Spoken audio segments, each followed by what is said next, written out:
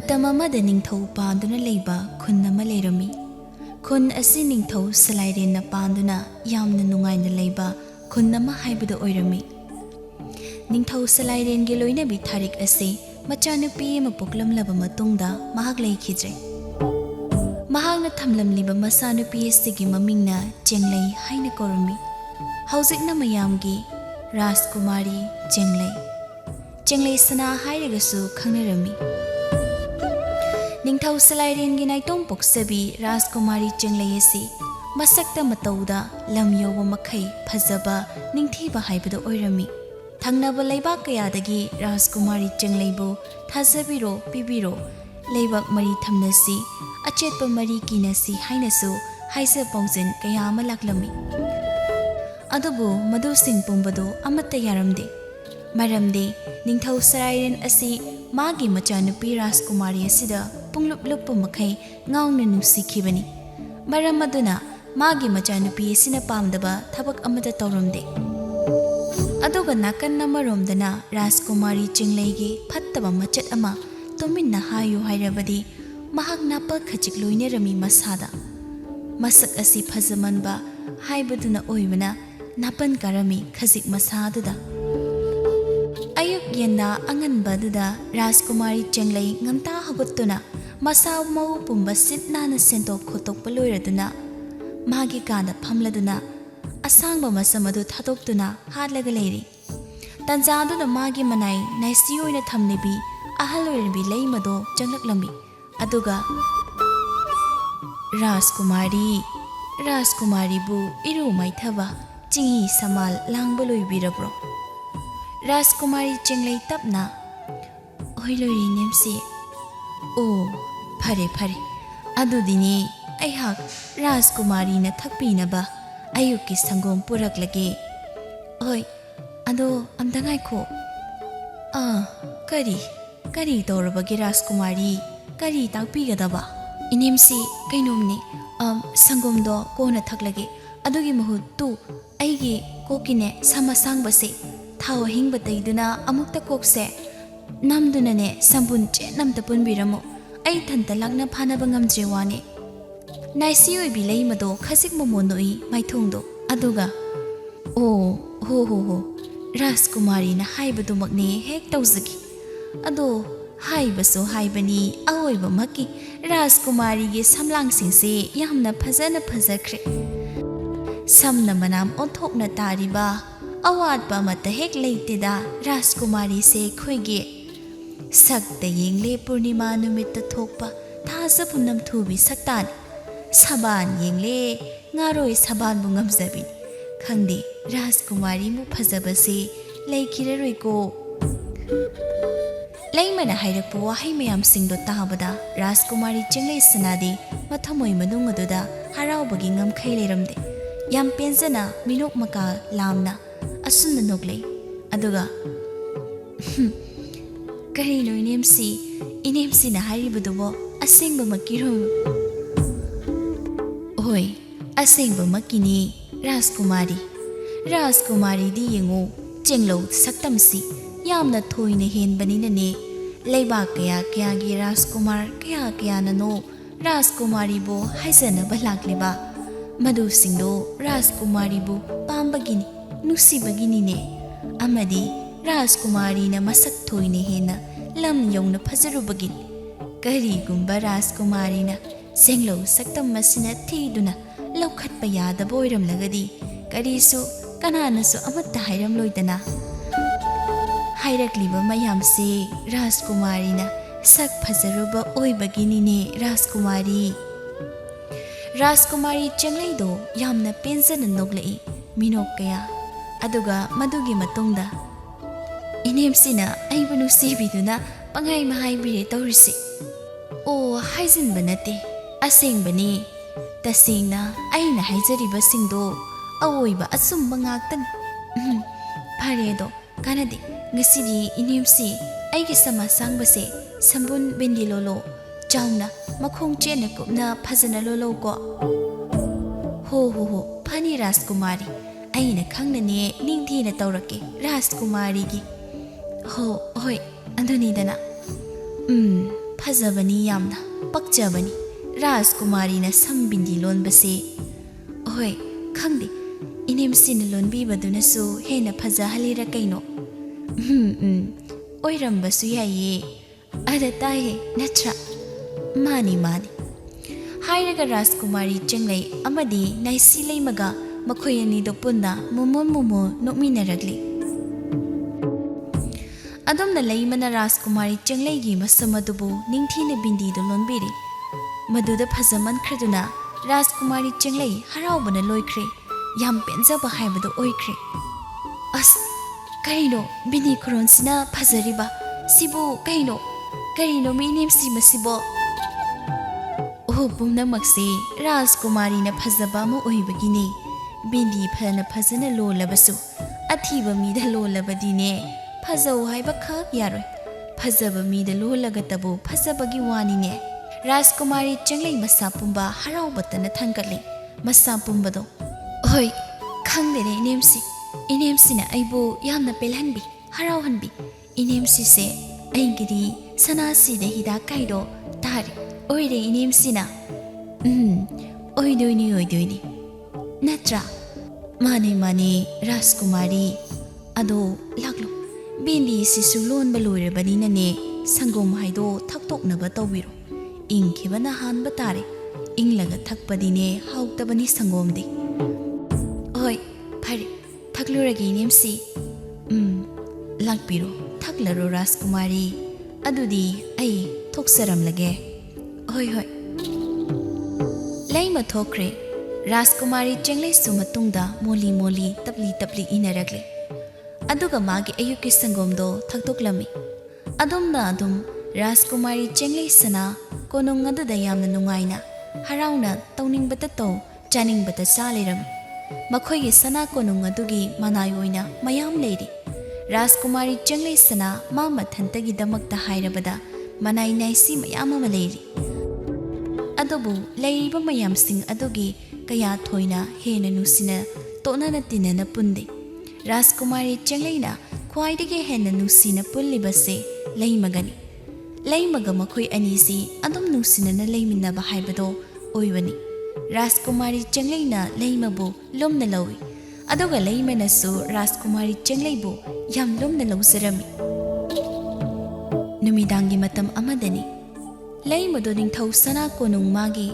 ꯅꯣꯡꯃꯒꯤ ꯊꯕꯛꯁꯤꯡ ꯂꯣꯏꯅ ꯂꯣꯏꯁꯤꯜꯂꯝꯂꯕ ꯃꯇꯨꯡꯗ ꯍꯜꯂꯛꯂꯤ ꯂꯩꯃ ꯍꯜꯂꯛꯄ ꯎꯕꯗ ꯃꯆꯥꯅꯨꯄꯥ ꯉꯝꯕꯅ ꯍꯔꯥꯎ ꯀꯧꯖꯔꯛꯂꯤ ꯏꯃꯥ ꯍꯜꯂꯛꯂꯦꯗꯅ ꯍꯜꯂꯛꯂꯤ ꯏꯃꯥ ꯂꯥꯛꯂꯤ ꯑꯗꯣ ꯏꯃꯥ ꯉꯁꯤꯗꯤ ꯁꯅꯥ ꯀꯣꯅꯨꯡꯗ ꯀꯔꯤ ꯄꯨꯔꯛꯄꯒꯦ ꯄꯥꯎ ꯅꯨꯡꯉꯥꯏꯕ ꯂꯩꯃꯅ ꯊꯣꯏꯅ ꯑꯍꯦꯟꯕ ꯂꯩꯇꯦꯗ ꯑꯗꯣ ꯉꯝꯕ ꯅꯪ ꯆꯥꯛ ꯏꯟꯁꯥꯡꯀꯗꯤ ꯂꯣꯏꯅ ꯊꯣꯡꯉꯦꯗꯅ ꯍꯣꯏ ꯂꯣꯏꯔꯦ ꯏꯃꯥ ꯂꯥꯛꯂꯣ ꯏꯃꯥ ꯊꯤꯔꯝꯃꯒꯦ ꯑꯗꯨꯒꯅꯦ ꯆꯥꯊꯣꯛꯂꯁꯤ ꯂꯥꯛꯑꯣ ꯏꯃꯥ ꯏꯆꯥ ꯍꯣꯏ ꯏꯃꯥ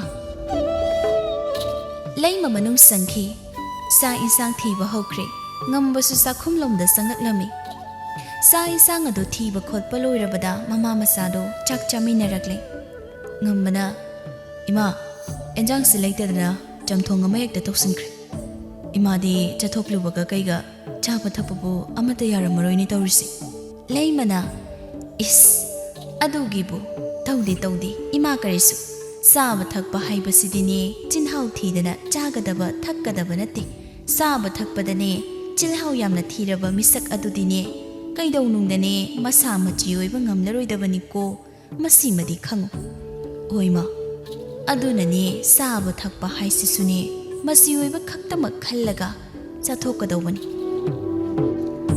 ꯒ꯭ꯌꯥꯟ ꯇꯥꯔꯕ꯭ꯔꯥ ꯏꯃꯥꯒꯤ ꯉꯝꯕ ꯅꯆꯥ ꯒ꯭ꯌꯥꯟ ꯇꯥꯖꯩ ꯏꯃꯥ ꯑꯗꯨꯅꯤꯗꯅ ꯑꯩꯒꯤ ꯏꯆꯥ ꯍꯥꯏꯁꯤꯗꯤ ꯒ꯭ꯌꯥꯟ ꯌꯥꯝ ꯇꯥꯒꯗꯧꯕꯅꯤ ꯉꯝꯕꯅ ꯇꯞꯂꯤ ꯑꯇꯣꯞꯄ ꯋꯥꯍꯪ ꯑꯃꯃꯨꯛ ꯇꯧꯔꯛꯂꯝꯃꯤ ꯑꯗꯣ ꯏꯃꯥ ꯀꯩꯒꯤꯅꯣ ꯑꯩꯈꯣꯏꯒꯤ ꯄꯥꯕꯅ ꯑꯩꯈꯣꯏꯕꯨ ꯉꯟꯇꯥ ꯊꯥꯗꯣꯛꯇꯨꯅ ꯆꯠꯈ꯭ꯔꯤꯕꯁꯦ ꯑꯩꯈꯣꯏꯒꯤ ꯄꯥꯕꯅ ꯍꯧꯖꯤꯛ ꯐꯥꯎꯕ ꯍꯤꯡꯗꯨꯅ ꯂꯩꯔꯝꯂꯕꯗꯤ ꯉꯁꯤ ꯏꯃꯥꯅ ꯅꯤꯡꯊꯧꯒꯤ ꯁꯅꯥ ꯀꯣꯅꯨꯡꯗ ꯅꯥꯏꯁꯤ ꯑꯣꯏꯅ ꯂꯩꯔꯤꯕꯁꯦ ꯂꯩꯔꯝꯂꯣꯏꯀꯣ ꯏꯃꯥ ꯃꯁꯥꯒꯤ ꯋꯥꯍꯩꯗ ꯂꯩꯃꯁꯨ ꯃꯕꯨꯛꯅꯤꯡꯗꯨ ꯅꯨꯡꯁꯤꯔꯛꯇꯨꯅ ꯅꯪꯒꯤ ꯅꯄꯥꯕꯨꯡ ꯅꯪꯕꯨ ꯄꯣꯛꯄꯗꯣ ꯏꯃꯥ ꯏꯆꯥ ꯑꯩꯈꯣꯏ ꯑꯅꯤꯕꯨ yam luna nusina lumna khanjabani adubune isorna mahak to pukre munduna pukre dana ekhoi ima isa anita tarak thambiramle ekhoi anita ne tarak leyu hainasu isorna tamlamlaba male taurise ima adubune imagi ngamba isagidi ima leiri imana ne isagi awatpa haiduma amatta hek lehallo matam khudingdane punsigi oina nang imana haiba illuko imagi ngamba ima nasa imana haiba ta induna chatkani lakani imana pamdaba thamama phau nachaina tawroi ima aduni dana aigi isa haiba sidi imagi haiziriba laigi tingi maya asigi matengna senda lambi oibadudi yaraktadunane thaoina imana sigi lambi sida haibadi ningthau sana konungdane naisi oiba chatliban masi chatliba sigi maram masigi mahai asawbasune nongma natraga nongmadi soidana phangakani sungsoi soidana mama ibe maduna haiba wahai singadu taraga ima kari mahaino imana sana konungda chatpagi mahai phangni haiduba leimana ngayu ngamba ngayu masigi matang matam haiba yadri oidri nongma matang ama soidana lakhigani madugi matang aduda nangna su khanglakhigani imana khallibase silli langliba pumnamak ichagini isa nang khaktagini ima nangbu aina ima oina phangjabase laibak yam phare aigi laibukse yam phabani ma yare toklesi imana soyene ichabune nungaina yaifana thamgani haibadi nungaina aigidi imanang na pumnamangni aidi imanang na haiba khudimaksingdo yare loine yajari sakse inthina mahau leina khangna sarasi sa thoklasi adudi ngamba hoima charo adobna leima masma masado wari phajana sanarabak matungda chak charibado inthina mai osinna chakre sengna leimo hoigi yumbana si lukhrabi yumbani leimagi mapore basi leikidaba chahi masing yamna yamlakle amadi leima hariba nupi si laitingi leiwa khangbi amadi maya tawba khara haibi nupi ma haibado oirami leima mahake sigumba matosi laina yamna tangna pithorakpani haina haibatai leima lekage kaigi ana yek lakpasingda mahakna dum yengli maya tawduna lekai dugi layok tinyok pa yawrabasu madu khudimak loina leimana yengbirami adubu leima dum tawraga talakpasil aduna imung puba ngamlaktabadagi mahak haujikti ningthau sana konung aduda Rajkumari chenglegi manai naisi oina thabak ki leiruribani mikup khara mama masa anido ningthina sa insang chaminarakduna chak toklare leimana kolik weram losilaba matungda imungdo yam ingna leikre tumnaduna pothanaba haibado oikhirami numit kharani gi matungdani ayuk nganta oiriba matamni nupi mama masa anido leimo hoigi sumanga duda lepaduna kauraklami oi cheleima ise leima kanamne de jalani sibo oi cheleimo leimasu sumanglomda mina kowba matabaduda thoraktuna o tari kanano ne ise aini tombini o tombi nang oire oi mani che kari leirabagi nangbu iche kainoni angang sing ngarangdagi masasi sagattuna leiri anaba hoduna madugine isigi manakta puraga amukta yengange haiduna laklibani haima angang nari hairibro nangi sibo hoi che law mango sidani karo aduga nge hakta phamlaro adugane isina yengi hoi che mama macha anido mango karaktuna phamlare leimasu manunglomda sangkhiduna mafi marol ama hontokruri fising setuna thorakle leimana gadai angangdi kari oina karamba layongda ngamjebano ni sabo ise masa sagatuna ahingda churon paron yamna loli o Kanai, Makuto, Piro. Angangi Makuto Piraga Yinkre, Laymana. Aduga, Mikup Karato Minangai Hak Lakre. Kuina later Matunda, Laymana. Angang Sidi, Layok Bayaridana. Adunan, Mana ahing the Suro Loli Haina Haribado. Aima, Kari Highway, Layok Bayari Haba, Ichase. As, Karam Tony do it, come by the Tony Doriside. Pakat Kanu, Isim Lady Basidi, Isim the near, Amurak Anirak Dang Son by the near, Adum Kum Kinida, Pakinidadum. Oiji, Isase, Panaba Muktatobi, Isegi Awaman, Nanauna, Matik Jana, Sentam Kang Pisegi. Isim Toge go, Isim Toge. Erada. Isa Pikrabasida, Moina Sang Silaga, Lesinduna, Anabo Hokun Bayabrado. Ay toge ko nasim toge. Oiche. Kudagado magtada, laymana, anganga tubu, managdain tina paman kiduna, kari no wahi kaya masolaga, masama hupumba nanta kota tokre. Madu laymana hek taubadagidi, ituk taduna lakpa anganga dogi, masag may tungado, kazik onkre. Aduga tumin na laikre. Laymana. Parani, isani, keso tororoy. Sanglabadine, hore numidang at hingbagi dudane langpiyo.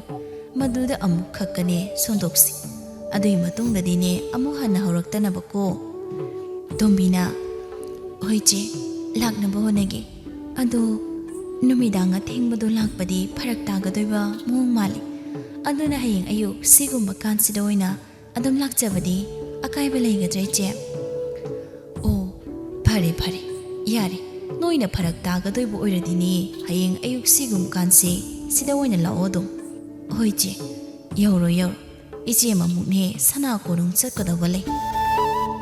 Ado, kaino iche, selda kinasibu kaya oina thamjeramo haibano iche.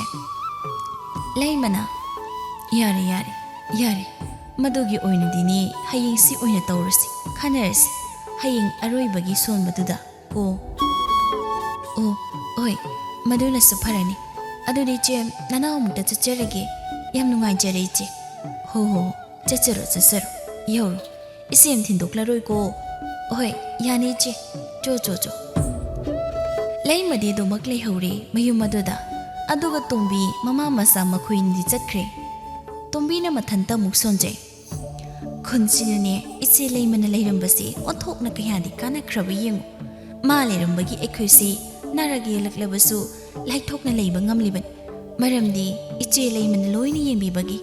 Haykre, isi laymagi laywa, mahayasi, on talk ni haykre. Kana kre, malabasi, yam kana kre. Why sing adu solaga, adum chakre. Tasing na kana basu kana ribani. Laymana kunna sige, anaba pumba, magi mantra, mahipuba, wahi kayana, laying patap oina sathaduna. Anaba singadu loina pan mangam libani. Konna dugi miyoy singadu nasu lay mohoygi imong ase yamna nusine. Lay mabu yamna luna nusina khanbirami. Lay masa ising thongba thakpa loiraduna machaga punna chak chaminaragle. Lay mana sak se toklagane imade dom sana konung tan na khungsanduna chatkhragadabani. Maram aduna ne imagi ngamba nangi thine yumsida lengdana leramuko. Ngamba sukumlay, oima, nachaliramgi. Ado ima na numidang teng na halakpado, madu halakano. Yaradi kara dungan na halakpiyo. Taurani. Ima suni masidagidi hala adabani. Nung mapadok adom teng lakpadudine, tabak na karina, yana duna tauribani. Atay na natiye. Nasaso madubudi kangi. Adasum hajariba haiduni. Oh, hoisi.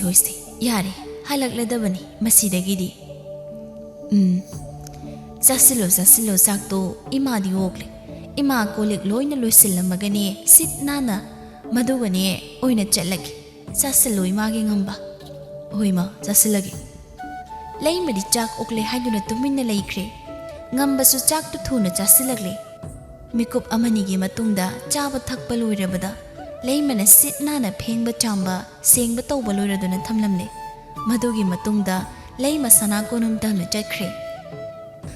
Imagi ngamba ima sali ima konung da satle ko oi ma lei ma satkri ngamba tumin lei hori mama ibe mana chakhiba do bu yenglaga aigi mase machai gi damakti yamna wajarabani tawrisi aduga aigi da mohona basu lipide khangde ai de aigi mase yamna nusi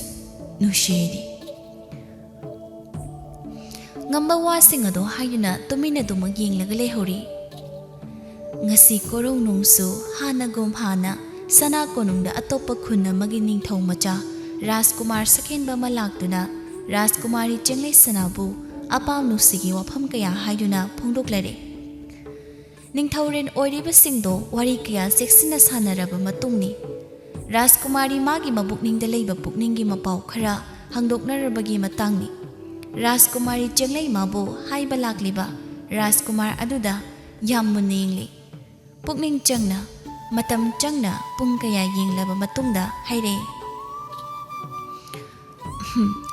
ipa ibungo namom bungak pigani ipa ningthongna na sagini haina khanduna pubirakliba Rajkumar ase aigi pukningna khoidadre ai wakhalasina apaba poklu haiba yadre sengna mak hek hairabada sigi Rajkumar ase masaklam yaude magun yaude maduna nasa pamdre masigi Rajkumar ase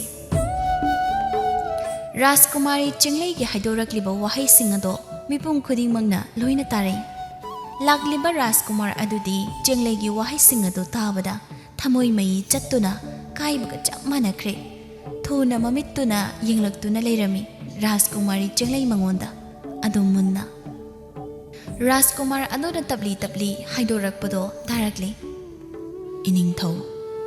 iningthaugi ichanupi Rajkumari chenglei sanabu aingonda sinabiu madugi khudol oina ayhak aigi leibak tangkhayama iningthaugi mafamda khudol oina kasagi soidana amuktadi sinabiu ningthau salairendo midyeng aduna magi masanupi sida yenglakle munna adobu chenglei sana manadi hairaklami asumna ipa ningthauna yarabasu aina yade aina pamde nangi leibak tangkhaida pangthaduna tagadaba Rajkumari natte ayhakti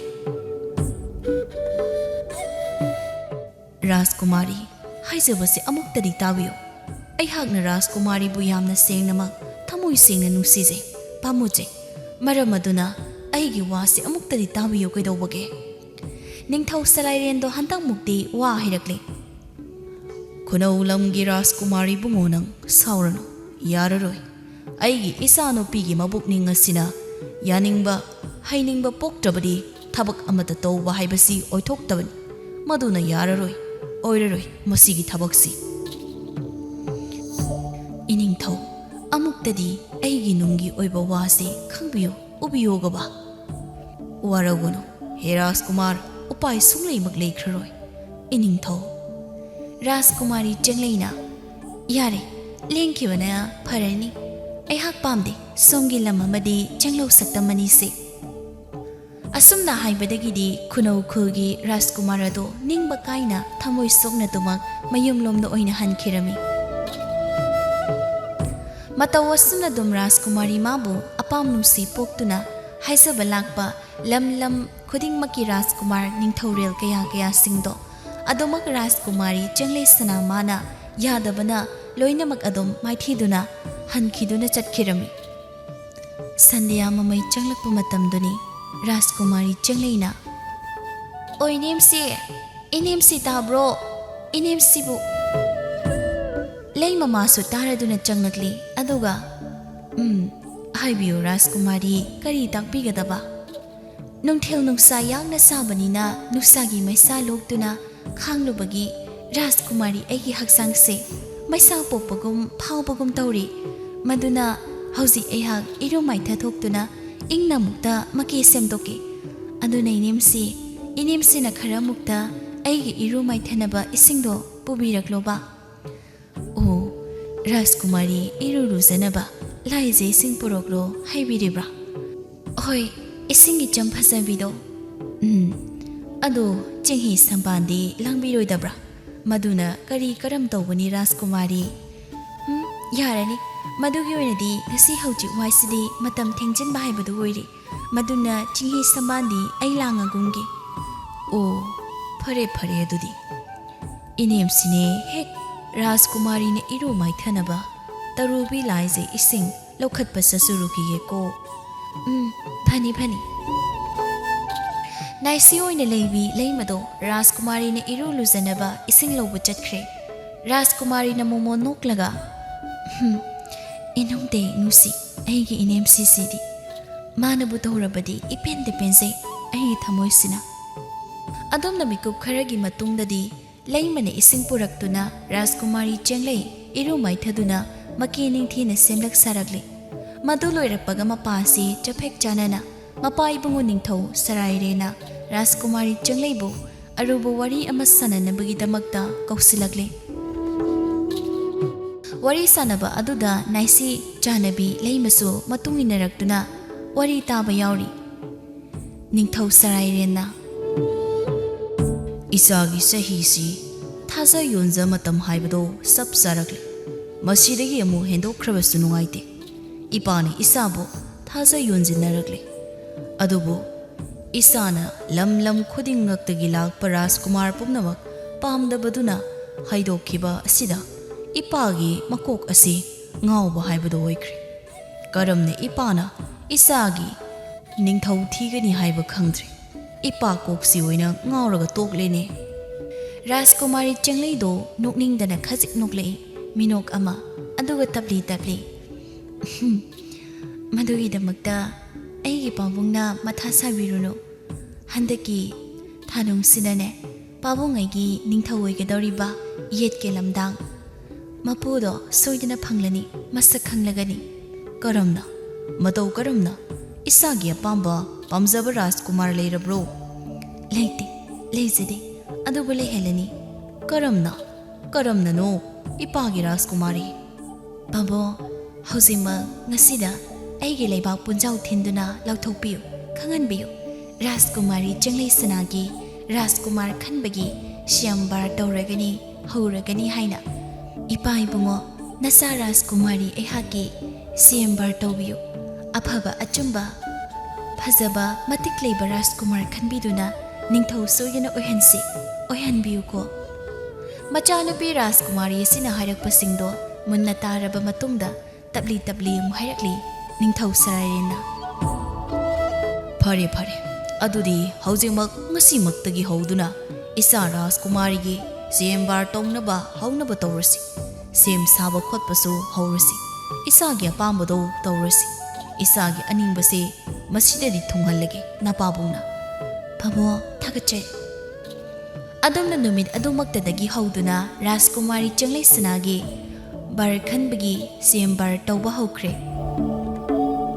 numit kharani leibadagidi Rajkumar kaya laktuna mafam kaya dagi laktuna siyambar asibu saruk yarami adubu madu singdo loina aremba oirami lamdagi lakpa Rajkumar singdo amatti siyambar sida mai pakpa ngamlamde naisi lei mamadi magi macha ngamba makhuini ngasidi yamna lonna tumina wari masanarami leimana imana hairibasi ngamba ima isa aikhuini gi nungaina ingna leinabani nangbo adunane imana haigadoribo wasi yauni nangbo ima karimata haita khangdabana chana karamaina Rajkumari siyambar du yawani ima nasangam oiroi mai pakpasu karimta ngamloina chana imagi ngamba nangsi laima panglida nang imagi matik mayai magun singse loina khang uribu natro nang khangliba natrane ima maram adunani isagi damaktani aina leirise imana loina isana mai paknaba tawrakan silakan yengo nangna leibak asigi ningthawoirabadi ima isa ekhuyeni nungairani lairaba yumbana haidu masuni oikhraroi adunani nang tawriba Rajkumari gi siyambar sidane yaudaba yade nang soidana maki yaugadabani ko imagi ngamba mikup khara tumina leikri aduga makoktuda wakhaldo tare tara thokna khanjali aduga madugi matungda tabli hairagli hoi pharima ai imana haido yargi yaurage saruk sojana yarage Rajkumari gi siyambar sida aduni dana aigi isa haibasidi imana laimak adumnane ngamhangani isa bu sojana ne mai pakhangani siyambar aduda ima maduna karigumba mai paklabadi ima jai khoini ge awaba nungai tabasiso kokpa haibdo oirsanu oirani sojana ne oiragadabani ne nangbo ima adumna leima mana magi machanupa asibu Rajkumari siyambar asida yahonnabaga honarami maduda ngamba masu adum yathorami mamagi waduda sana konungi maphamdani Rajkumari chenglaigi masam makokpu paibiraduna naisi leimana leimana matang chana wahang mapham khara hangdoktuna khangdoklami hanglakrami leimana Rajkumari kamdoni Rajkumari gi siyambar ase numit 15 sujinkri hauzik phawba Rajkumari na khoidamba pamba Rajkumar amata yawba ubidribra Rajkumari changlai sanana moli tapli singna chumna hek hairabadi madu yaudri yaradri aidi pukningna pamba pamzaba Rajkumar amta yaudri yaudri haiba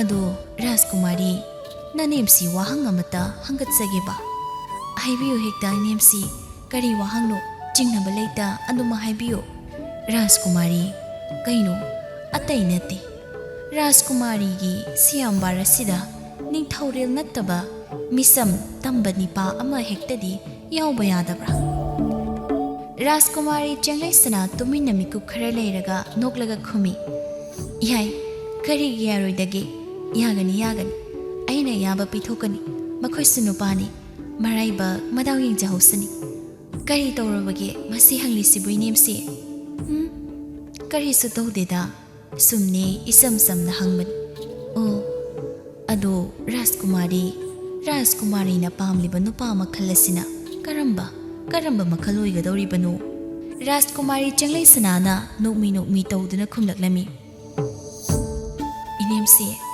aina pamliba nupa makhalse maral paiba nate amata nate aihakti masak matau changkhonba masak henba nupa se yamna pame ngause maramadunani kanagumba karigumba nupa misak amana laktuna siyambar sibu yauraba madugi nupado aina pamba pukningna khoidaba haido oiraba mado mahakto aina ne soidana aigi nupa ningthoril ohengani mahakti siyambargi changyeng singdo yahaloi amate yahaloi Rajkumari changlai sanana hairiba singdo tarabada naisiyoi bi leimadi yamna harauzari adumna Rajkumari changlai sana magi apamba pukningi aningbasing mana pamliba nupa makhal masak mahung matau pumba khangdoktuna hangdoklami madub singdo khangdokta thoklabada naisi lei mamadi yamna pelami thamoina sana konungdagi hek halakpaga naisi leimana magi masangambada imagi ngamba yare ngamle yarani mai paklani isana soyana siyambarase mai paklagani ngambana karamna matau karamna no imana hairsibo imana wari pumba Rajkumari magi apamba loina khangtokli maram maduna soidana paklani isana maine pakladawni ima isana laibak asigine ningthawoirabadi ima isa wararoi dawbani ne nangbo ima nungairani nangsune nungairadawni ne ima karam dawni dude kari numita siyambar si chatkani aduga siyambar gi niti niyom asina karam dawbani nasadi madu singdo gyanam talaitana leimana wagan isana madugi damaktani wagan ima leiri imana ne phanaba loina sillagani hayeng korong nungda isagi sojanane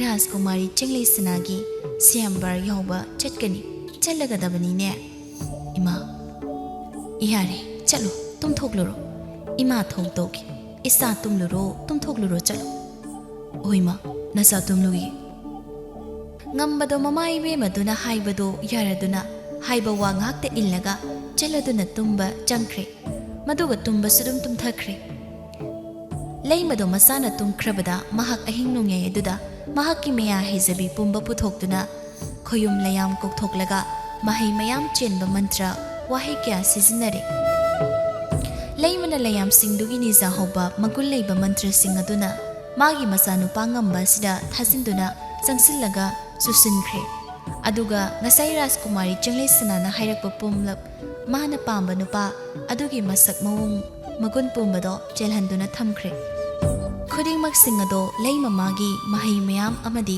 haijaba maya sing adunani mathangi thangnaba adugi ayuktuni